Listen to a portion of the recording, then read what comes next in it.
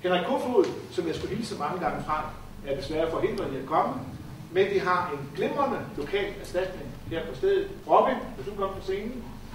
Robin Haslund Buch, mine damer og herrer.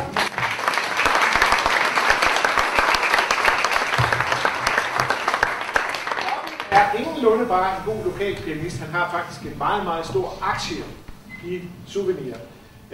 Det er jo ofte sådan, at det er teaterdirektøren, der får tæskene, når det går skidt, og får rosen, når det går godt.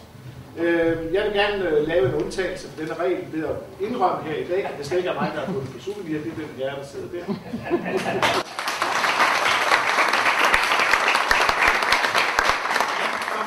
Kontor en dag og sagde, Peter, ved du hvad, jeg har læst et stykke her, hvad siger du om det? Og så læste jeg, så sagde 1000 tak, Robin, det er strålende. Det går vi videre med.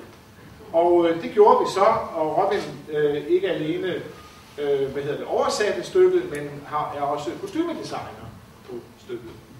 Så langt så godt, Robin. Ja. Så nu mangler vi bare Lotte.